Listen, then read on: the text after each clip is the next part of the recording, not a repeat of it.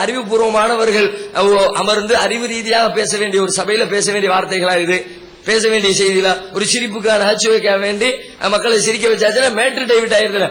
நீங்க சிரிக்க வைங்க வேண்டாம்னு சொல்லல, மேட்ரை சம்பந்தப்பட்ட செய்தியிலிருந்து கேள்வி எழுப்பிவிட்டு அத்தோடு சேர்த்து ஒரு நகைச்சுவை சொன்னா சரின்னு ஒத்துக்கலாம். நீங்க அந்த சம்பந்தப்பட்ட கேள்வியை விட்டுவிட்டு என்ன கேள்வியை முக்கியமாக வைத்தோமோ அதை அப்படி கவனத்தை விட்டு மக்களுடைய கவனத்தை திசை திருப்புறதுக்காக வேண்டி வேறொரு செய்தியை சொன்னீங்கன்னா அதுவும் சொல்லக்கூடிய வார்த்தைகள் நாகரிகமற்ற வார்த்தைகளாக இருக்கிறது. அப்படி சொல்ல வேண்டிய நீங்க சொல்லக்கூடாது. சொன்னால் அதைவிட பல மடங்கு ஏவுகணைகள் இந்த புறத்திலிருந்து வரும் என்பதையும் கவனத்தில் கொள்ள வேண்டும் என்பதை தெரிவித்துக் கொள்கிறோம். அடுத்ததாக இந்த விவாதத்தில் நாம ஏற்கனவே சொன்ன அடிப்படையில் ஒரு உண்மையை தேடக்கூடிய நோக்கத்தில் நடைபெறக்கூடிய ஒரு அருமையான ஒரு விவாதம்.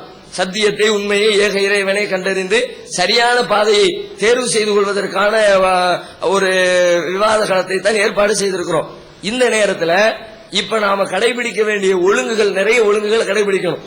பொதுவாகவே ஒரு கொள்கையை நாம சொல்லுகிறோம், ஒரு சித்தாந்தத்தை மக்கள் மத்தியில் முன்வைக்கிறோம் அப்படின்னா அந்த சித்தாந்தம் எப்படிப்பட்ட மக்களை வார்த்தெடுத்திருக்கிறது என்பது மிக முக்கியமாக கவனிக்கப்பட வேண்டிய ஒரு அம்சம். அதுல ஒரு கருத்தை கடவுள் மறுப்புன்ற கொள்கையை கொண்டிருக்கிறவர்கள் அமர்கிறார்கள். ஆரம்பத்திலிருந்து கடைசி வரைக்கும் அவர்களோடு என்றைக்கு நமக்கு தொடர்பு ஏற்பட்டதோ அன்னையிலிருந்து இந்த நிமிஷம் வரைக்கும் விவாத ஒப்பந்தம் போட்டதிலிருந்து நேற்றைக்கு விவாத ஒப்பந்தத்துக்கு விவாத நிகழ்ச்சிக்கு கலந்து கொண்டதிலிருந்து தொடர்ச்சியாக அவர்களிடத்தில் ஒரு ஒழுக்க கேட்ட பார்க்கிறோம். என்ன ஒழுக்கத்தை மற்றவர்கள் ஒழுக்கக்கேடா இருக்கிறாங்க, நாங்க தான் ரொம்ப சுத்தம், எங்கள்கிட்ட தான் குற்றங்களே இல்லை, நாங்க தான் அதிகமாக தவறு செய்யாதவர்கள், ஆன்மீகவாதிகளிடத்துல தான், கடவுள் பக்தி உள்ளவர்களிடத்துல தான் குற்றம் குறைகள் இருக்கிறது என்றெல்லாம் நேற்றைக்கு பேசினவங்க. இவங்களுடைய ஒழுக்கத்தை பார்த்தோம்னா ரொம்ப மோசமாக, நாகரீகத்துக்கு எதிராக, ஒழுக்கக்கேடாக. எந்த அளவுக்குன்னா சாதாரண ஒரு சிம்பிள் மேட்டர் சொல்றேன். ஒரு நிகழ்ச்சிக்கு ஏற்பாடு செய்யணும்னா டைம் பிக்ஸ் பண்றோம். காலை 9 மணிக்கு நிகழ்ச்சி ஆரம்பமாகும். நேரத்தை நிர்ணயிச்சதுக்கு பிறகு அந்த நேரத்தில் நிற்கிறோமா இல்லையா? நாங்க நேரம்னு சொல்லிட்டா கரெக்டா, நாங்க மட்டும் இல்ல, எங்களை சார்ந்து இருக்கிற அத்தனை மக்களும், தொண்டர்களும், உறுப்பினர்களும் அந்த நேரம்னா நேரம் 15 நிமிஷத்துக்கு முன்னாடி உட்கார்ந்து ஆஜராகி நிகழ்ச்சியை எதிர்பார்த்து கொண்டிருக்கிறோம். ஆனால் அவங்களுடைய நிலைமை எப்படி இருக்குது? ஆரம்பத்திலிருந்து இன்னைக்கு வரைக்கும் குறிப்பிட்ட நேரத்தில் கலந்துக்கவே இல்லை. நேரம் தவறு. இது எவ்வளவு பெரிய அநீதின்னு முதல்ல யோசிச்சாங்களா? எவ்வளவு பெரிய அநியாயம் இது! எத்தனை பேருடைய நேரம்! நீங்க அரை மணி நேரம் லேட்டா வந்தீங்கன்னா 200 பேரை காக்க வச்சு ஒவ்வொருத்தருடைய அரை மணி நேரத்தையும் சேர்த்து சாப்பிடுறோமே, இது அவனுக்கு செய்யற அநீதி இல்லையான்னு யோசிச்சிருந்தால் இதை செஞ்சிருக்க மாட்டாங்க. கண்டிப்பாக இதுல ரொம்ப கரெக்டா நாங்க எங்களுடைய சித்தாந்தம் எப்படிப்பட்ட மக்கள் உருவாக்கி இருக்குது, நாங்கள் பின்பற்றக்கூடிய சித்தாந்தம், நாங்கள் போதிக்கக்கூடிய விரும்பக்கூடிய மார்க்கம், அது சொன்ன சொல்ல நினைக்கணும். அது முடியாத பயங்கரமான ஒரு சூழல் ஏற்பட்டாலே தவிர அதை தவிர்த்து தன்னால் இயலக்கூடிய காரியத்தில் முடிந்த வரைக்கும் சொல்ல காப்பாற்ற வேண்டும் என்பதில் மிக கவனத்தோடு இருக்கக்கூடிய ஒரு சித்தாந்தம் அப்படித்தான் எங்களுடைய சித்தாந்தம் உருவாக்கி இருக்கு. அந்த சித்தாந்தத்தை கொண்டவர்களிடத்துல அப்படி உருவாக்கல. அதனால நேரத்தில் ரொம்ப கவனமாயிருந்து எதுக்கு இதை சொல்றோம்னா சும்மா குறை சொல்றதுக்கு இல்ல, இன்னும் அடுத்த ஒரு அமர்வு இருக்கு. அடுத்த அமர்வுலையாவது அந்த நேரத்தை கீப் பண்ணுவாங்களா, நடைமுறைப்படுத்துவாங்களான்ற ஒரு எதிர்பார்ப்புல தான் அதை இப்போது சொல்லிக் கொள்கிறோம். அடுத்ததாக வரக்கூடியவர்கள் அவங்க சில பேர் வர்றாங்க, அவங்க புறத்துல ஒரு கடுமையான கட்டுப்பாடுகளை விதித்து ஏற்கனவே அறிவிப்பு செஞ்சு எவ்வளவு பேர் வரணுங்கிற நிர்ணயிச்சு அந்த அடிப்படையில் அதுக்கு தகுந்த மாதிரி ஒரு மண்டபத்தை ஏற்பாடு செஞ்சு மக்களை கூட்டி உட்கார வச்சிருக்கிறோம். அந்த வர வேண்டிய நேரத்தில் நேற்றைக்கு அவங்களுடைய தரப்பிலிருந்து வர வேண்டிய பார்வையாளர்கள் காலையில 9 மணிக்கு வந்திருக்கணும், வர காணும். சரி, அவங்க லேட்டா வந்த மாதிரி ஒரு அரை மணி நேரம் கழிச்சு அவங்களும் லேட்டா வந்திருக்கணும், அப்பவும் வர காணும். 1 மணி நேரம், 2 மணி நேரம், 3 மணி நேரம், 4 மணி நேரம் வர்றாங்க. அவங்களுடைய பார்வையாளர்கள் சாயங்காலம் 5 மணிக்கு வராங்க. சரி, 5 மணிக்கு வந்தவங்க பார்வையாளர்களா இருந்தாங்களா? உட்கார்ந்துக்கிட்டு பார்வையாளர்களா இருக்கல, உட்கார்ந்துக்கிட்டு பேசுறவங்களை நக்கல் பண்றது, லந்து பண்றது, கிண்டல் பண்றது, பேசாத போதும்னு சொல்றது, எங்களுக்கு எல்லாம் தெரியுங்கிறது, இதான் லட்சணமா? இதான் ஒரு சித்தாந்தத்தை சொல்றவங்க, கொள்கையை பரப்புறவங்களுடைய போதனையா? அதுவும் 5 பேர் 10 பேர் உட்கார்ந்துக்கிட்டு 200 பேர் உட்கார்ந்து இருக்கிறாங்க. எவ்வளவு ஒழுக்கமா உட்கார்ந்து இருக்கிறாங்க. இந்த மக்களை அப்படி திசை திருப்பி அப்படி கிளப்பி விட எவ்வளவு ஆயிரும் நினைச்சா அப்படி அவங்க செய்யறவங்க இல்லை எங்க மக்கள். ஆனால் யாரு செஞ்சாங்களா? நீங்க ஏதேனும் பேசும்போது மாற்று கருத்து சொல்லும்போது நக்கல் பண்ணி வாயை கோணாங்களா? போதும்போது நிப்பாட்டுனாங்களா? நேற்றுக்கு இங்க நடக்கு உட்கார்ந்து அவங்களுக்காக முன்வரிசையை ஒதுக்கி கொடுத்து முன்னாடி முதலில் வந்தவர்கள் இது மாதிரி ஆக்ஷன் நம்ம அப்செட் ஆக மாட்டோம். அது மாதிரி பேசுறவங்க அப்செட் ஆகிட்டு மேட்ரு வராது. அதுக்காக வேண்டி இது விவாதத்தில் பின்பற்ற வேண்டிய முறையா? போகும்போது கைகாட்டி நிப்பாட்டுற அறிவு இருக்குது, இதையெல்லாம் பேசாத இதையெல்லாம் பேசாதுன்னு சொல்ற வந்து உட்கார வைக்கிறேன். நாங்க பேசுறது நீ கேளு, அதுக்கு அவங்க கேள்வி கேட்பாங்க, பதில் சொல்லுவாங்க. அவங்க கேட்கறதுக்கு நாங்க பதில் சொல்லுவோம். தரப்பு ரெண்டு தரப்பு மோதிக்கொள்வது பார்வையாளராக உட்கார வேண்டியவர்கள் வந்து கொண்டு இது மாதிரியான வேலைகளை செஞ்சுக்கிட்டு இருந்தாங்க. அதனால இதுவெல்லாம் ஒரு மோசமான ஒரு ஒழுக்கக்கேடான ஒரு கூட்டத்திற்கான எடுத்துக்காட்டுகளாக இருக்கிறது.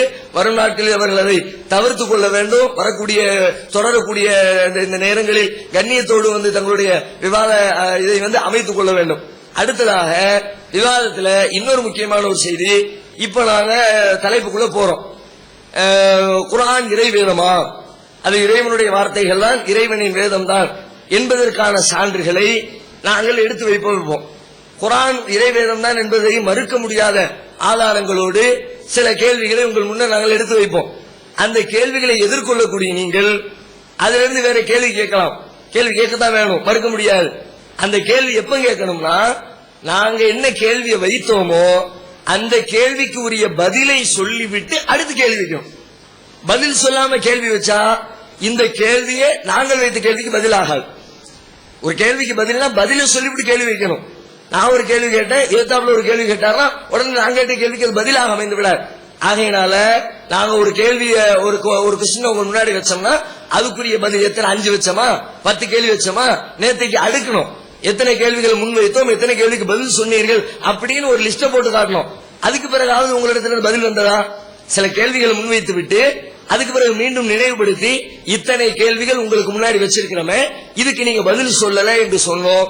அதற்கு பிறகும் அந்த கேள்விகளை கண்டுகொள்ளாமல் மீண்டும் மீண்டும் வேறு தலைப்பில் இருக்கிற இன்றைக்கு பேச வேண்டிய செய்திகளை திரும்ப திரும்ப கேள்விகளாக வேறு வடிவத்தில் எழுப்பிக் கொண்டிருந்தார்கள். ஆரம்பத்தில் முதலில் சொன்ன பதிலை ஆரம்பத்தில் ஃபர்ஸ்ட் அமர்வுல அணித்தலைவர் எதிரணியில் சொல்றார். அவர் வந்து இது மாதிரி வண்டியை பூட்டி வச்சுட்டு போறீங்களே, வீட்டை பூட்டி போட்டு போறீங்களே, டாக்டர்கிட்ட மருத்துவத்துக்கு ஏன் டாக்டர்கிட்ட போறீங்க, கடவுள் இருக்கிறதுக்கு என்ன இருந்தா இப்பெல்லாம் செய்வீங்களான்னு கேட்கிறாரு. அந்த அமர்விலே பதில் சொல்லப்படுகிறது. இது அடுத்த தலைப்பு இருக்குது.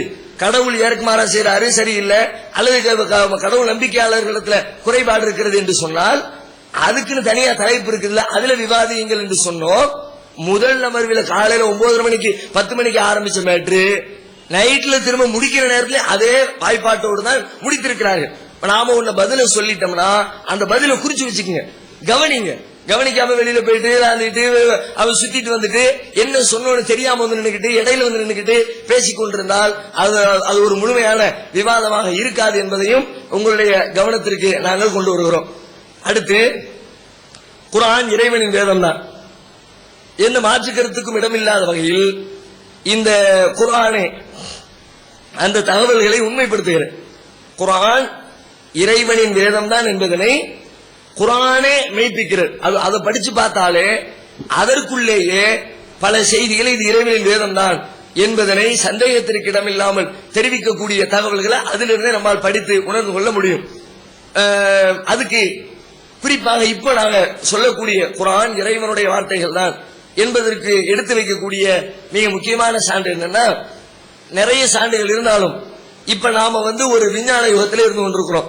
விஞ்ஞானத்தினுடைய வளர்ச்சி கணக்கிலடங்காத வேகத்திலே போய்கொண்டிருக்கிறது.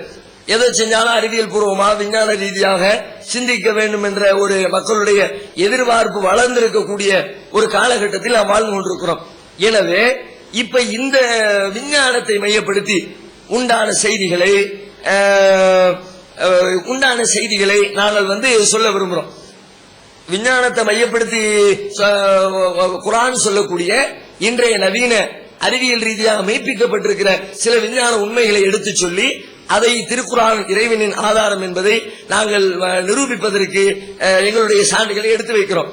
அதுல அந்த விஞ்ஞான உண்மைகளை பார்ப்பதற்கு முன்பாக கவனிக்க வேண்டிய மிக முக்கியமான முதல் அம்சம் என்னவென்று சொன்னால், நாங்க விஞ்ஞானத்தை எடுத்து சொன்ன உடனே ஏதோ குர்ஆன் என்பது முழுக்க முழுக்க விஞ்ஞானத்தை சொல்வதற்கு பாடம் நடத்துவதற்காக வேண்டி வந்த வேதம் நினைச்சுக்கொள்ள கூட. குர்ஆன் என்பது உலகத்துக்கு விஞ்ஞானத்தை சொல்லித்தர வந்த வேதம் அல்ல, வழிகாட்டுதல் அல்ல. என்ன, குர்ஆன் என்பது மக்களுக்கான வாழ்க்கை நெறி, மக்கள் எவ்வாறு வாழ வேண்டும் என்பதனை சொல்லித்தரக்கூடிய போதனை முறைகள் அடங்கி இருக்கிற ஒரு தொகுப்பு தான் திருமறை குர்ஆன் என்பது. இந்த குர்ஆனில் இறைவன் தனது வல்லமையை ஆற்றலை சொல்லக்கூடிய தருணத்தில் இடையிடையே ஆய்வு செய்து பார்த்தால் அங்கே விஞ்ஞானத்தினுடைய செய்திகளை அறிந்து கொள்ள முடிகிறது. எல்லா விஞ்ஞானத்தையும் சொல்லித் தர்றதுக்கு வந்த வேதம் இல்ல, குர்ஆன்ல வழிகாட்டுவதற்காக வேண்டிய இந்த வேதத்தை ஆய்வு செய்து பார்த்தால் இறைவனின் வல்லமையை சொல்லக்கூடிய பல்வேறு தருணங்களில் இந்த அளப்பரிய பிரபஞ்சத்தினுடைய படைப்புகளையும் மனிதனுடைய படைப்புகளையும் இன்ன பிற விலங்குகளுடைய